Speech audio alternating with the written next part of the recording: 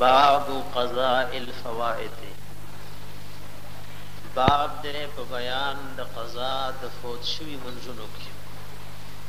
منځونه چانه فوت شي دا غي د قضا بس ترتیبي څنګه به قضا راګرځي ومن فاتته او هر غسوک چې فوت شي دا غنه صلات الموز قضاها نو قضا دی وکړي قضا دې روګرځي اذا ذکرها کله چې ورته یاد شي وقدمها اوروان دي ذکر دا قضا على صلاه الوقت فغمان زد وخمان لکه نمازیګر مسکه او د ماسپخین کی قضا شوه نو د ماسپخین دا و د مازیګر نمخ کی قضا راځي الا ان يخاف مگر دا کته یریدو فوت صلاه الوقت د فوت کېدو د هغه وخت د مزنا تمره وخت مختصر دی چې دی وای کزه پکې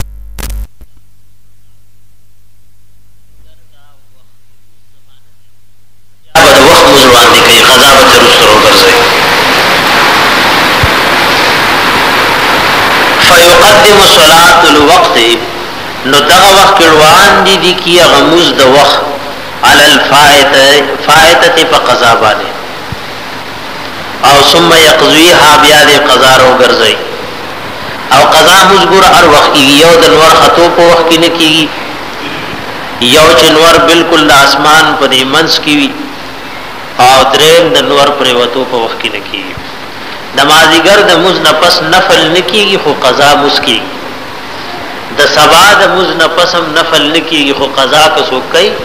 نو قضا مسکی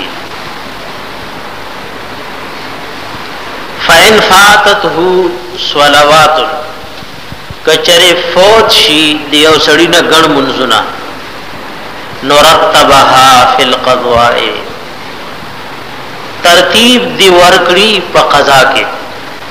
یعنی دا سي ترتیب د ماسپخین قضا شوه د مازیګر د ماخام د ماسختن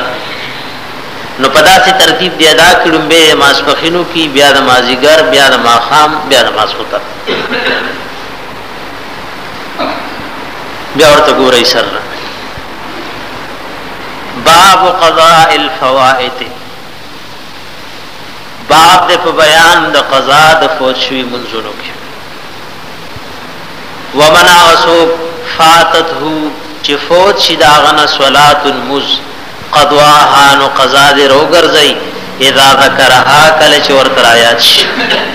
وقدمها وروان دي کی دا قضا مز على صلاه الوقت پمانځ د وخت الا يخاف مگر دا چې یریدو فوت صلاه الوقت تفوت کېدو د هغه وختي مزنا فيقدم بیا د روان دي کی صلاه الوقت غموز د وخت على الفائته په قضا باندې ثم يقضيها بیا د قضا رو ګرځي فإن فاتته صلوات کچره قضا شي تی ګڼ منځونه نرتبها په ترتیب دی ادا کی فی القضاء په قضا کې لکه څنګه چې په دبانې واجب ترتیب وار دی د هغه قضا رو ګرځي